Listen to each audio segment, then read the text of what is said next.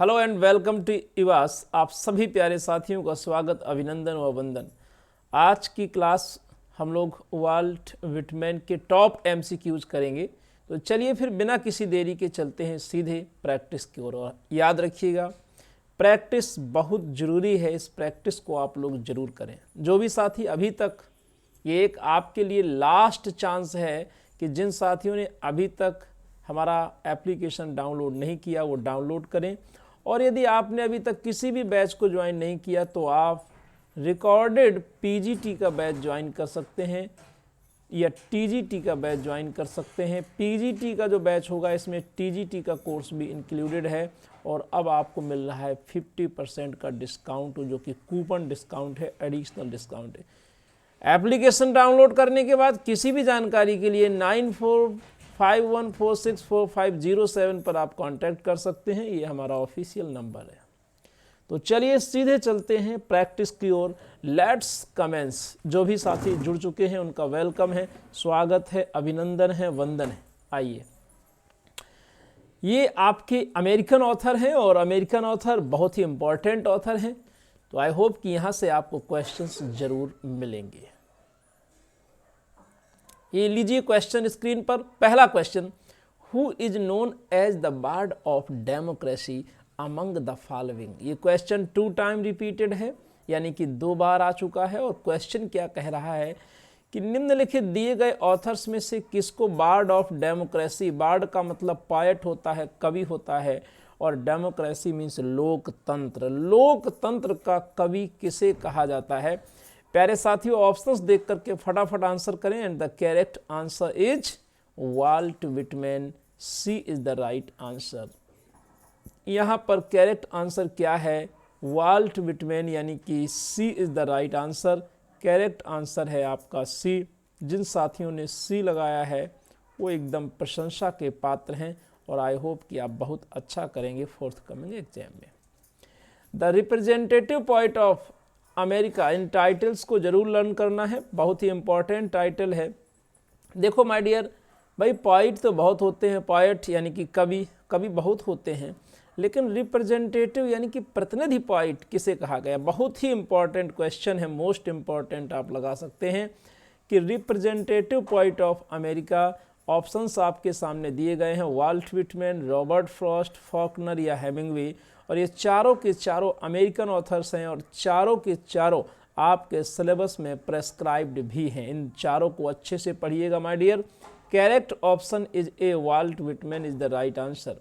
The age of Walt Whitman is generally known as the age of civil war, the age of world war, the age of rule war, the age of no war. तो देखो यहाँ पर आप elimination method apply कर सकते हो। Question कह रहा है कि जो वाल्ट विटमैन का एज है उसको हम किस रूप में जानते हैं। तो आप एलिमिनेट करो कि भाई एज ऑफ नो वॉर, ये तो कोई एज होता ही नहीं है। The age of rule war भी नहीं सुना होगा, यानी कि ए और बी में से प्यारे साथियों एक आंसर हो जाएगा। और यहाँ पर करेक्ट आंसर क्या है? एज ऑफ सिविल वॉर, यानी कि A is the right option. Correct answer is A. Next question की ओर चलते हैं। What is the title of Whitman's novel published in 1842? 1842 में जो नॉवेल पब्लिश होता है उसका टाइटल क्या है? Options are before you, just reply. तेजी से आंसर करिए माय डियर। बहुत ही अच्छा और बहुत ही बेहतरीन क्वेश्चन है, आप सभी साथी रिप्लाई करें। फ्रैंकलिन एवांस और the इनरबेट,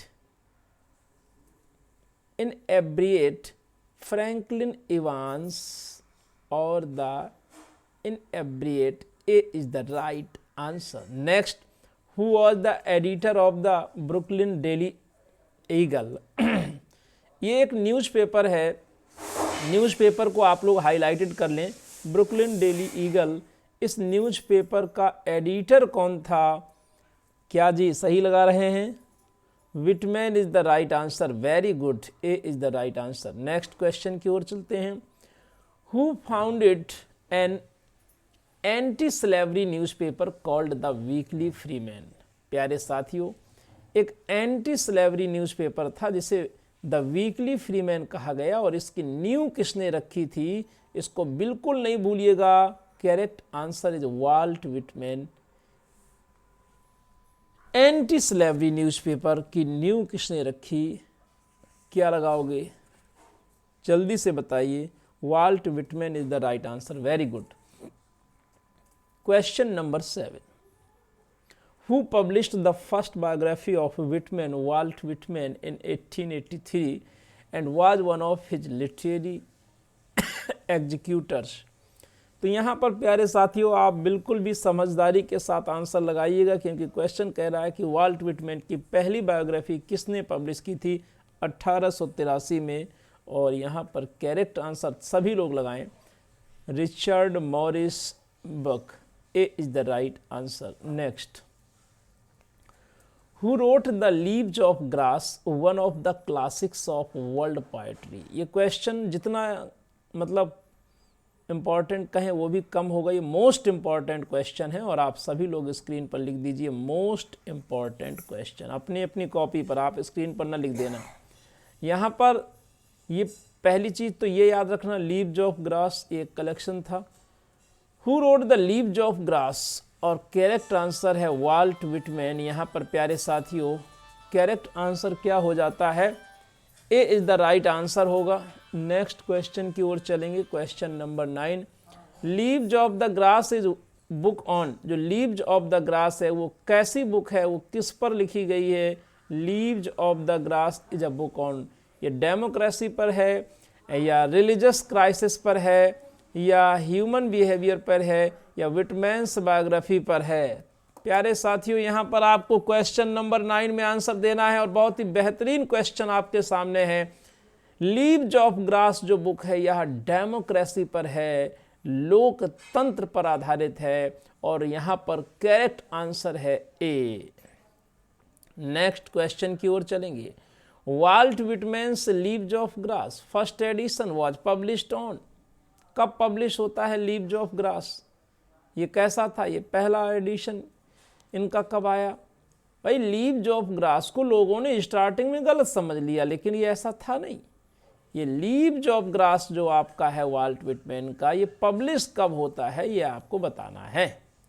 volt Whitman's Leaves of grass पहला एडिशन कब आता है, 4 जुलाई तो डेट सही लग रही है, लेकिन भाई 2 जगह 4 जुलाई है ना। अमेरिका का जो इंडिपेंडेंस डे यानी स्वतंत्रता दिवस 4 जुलाई को होता है। तो अब आप बताइए कि सही वाला क्या है। The correct answer is C 4 July 1855, C is the right answer. How many editions were published of Leaves of Grass, 8, 9, 10, 11। 11 नंबर क्वेश्चन में आंसर करेंगे। प्यारे साथियों क्वेश्चन ये है कि लीव्स ऑफ ग्रास के कितने एडिशन पब्लिश हुए, तो 9 edition, B is the right answer. फटाफट आंसर करिए। How many people were there in the first edition of Leaves of Grass. देखो प्रैक्टिस आपने खूब पढ़ा है, लेकिन प्रैक्टिस जरूर करिएगा। How many poems were there in the first edition of Leaves of Grass. Leaves of Grass के पहले एडिशन में कितनी पोएम्स थी, वो आंसर है 12, A is the right answer. अच्छे से याद करिएगा। नेक्स्ट, द लास्ट 9th और death bed edition of Leaves of Grass appeared in, कब आया था, 13 नंबर में आंसर करें। 1891, 92 इज द राइट आंसर, 1891, 92। अच्छा चलिए question number 14, In which of the following poems given below do we witness Whitman's uninhibited treatment of sex? Reply करेंगे सभी साथी।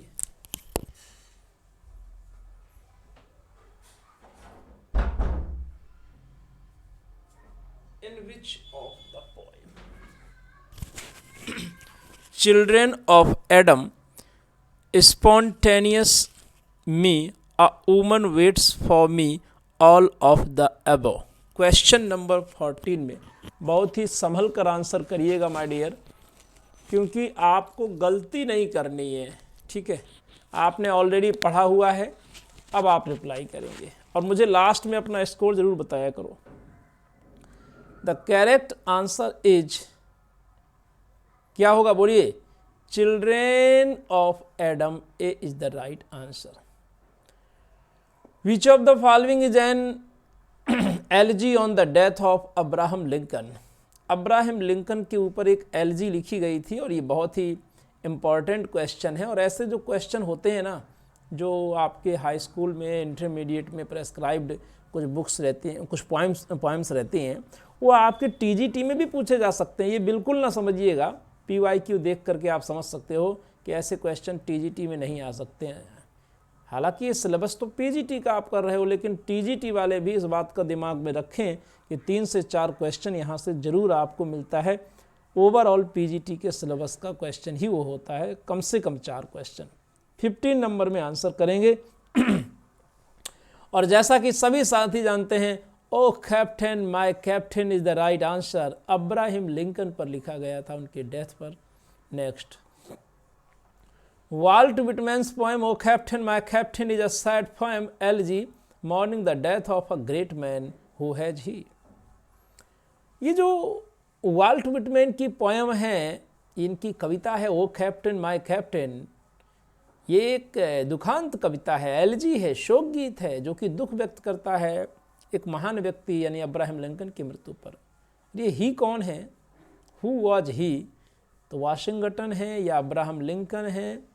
तो आप निश्चित तौर पर राल्फ वाल्डो एमर्सन है या थॉमस अल्वा एडिसन है। तो 16 नंबर पर आप निश्चित तौर पर डिसअपॉइंटेड नहीं करेंगे। And the correct answer is Abraham Lincoln, B is the right answer. चलते हैं क्वेश्चन नंबर 17 की ओर। In the poem O Captain my Captain the captain is, वो कैप्टन कौन है माय डियर? वो कैप्टन है Abraham Lincoln, B is the right answer. फटाफट आंसर करिए। Next, in the poem O Captain my Captain the ship stands for, जो ship है वो किसका प्रतीक है? America, the ship itself, Britain, American people. 18 number में आंसर करेंगे। और ये जो शिप है वो माय डियर अमेरिका को रिप्रेजेंट कर रहा है, stands for America. Next is the right answer. What is the name of Walt Whitman's poem celebrating the completion of Suez Canal and the transcontinental railroad? कौन है वो पोएम? 19 number में reply करेंगे। स्वेज कैनाल का जिक्र आता है अ पैसेज टू इंडिया में। Correct answer is A, a Passage to India is the right answer. Next, which one of Whitman's abounds in spiritual touches and transcendentalism? कौन आध्यात्मिकता और पराभौतिकी की बातें करता है? कौन सा वर्क है? चलिए चारों ऑप्शन पढ़िए और फटाफट आंसर करिए। Question number 20, the correct answer is Passage to India, B is the right answer. In which famous poem does Walt Whitman make a reference to Suez Canal and wire line across the Atlantic? वो कौन सा work है? और ये question आपका PGT में 2005 में repeated question है। Correct answer is Passage to India, B is the right answer. I think I could turn and love with animals. These are the opening lines of a poem. Who is the poet? I think I could turn and love with animals, ये किसकी opening line है? और ये opening lines है एक poem की, और इसका ऑथर कौन है? वही हैं वाल्ट विटमैन, इसमें तो कोई डाउट ही नहीं है। चलिए 23, name the poet who was influenced by Jacksonian democracy and Locofoco movement. 23 में रिप्लाई करें। उस व्यक्ति का, उस पोएट का नाम बताना है जो कि जैक्सोनियन डेमोक्रेसी और लोकोफोको मूवमेंट से इन्फ्लुएंस्ड था।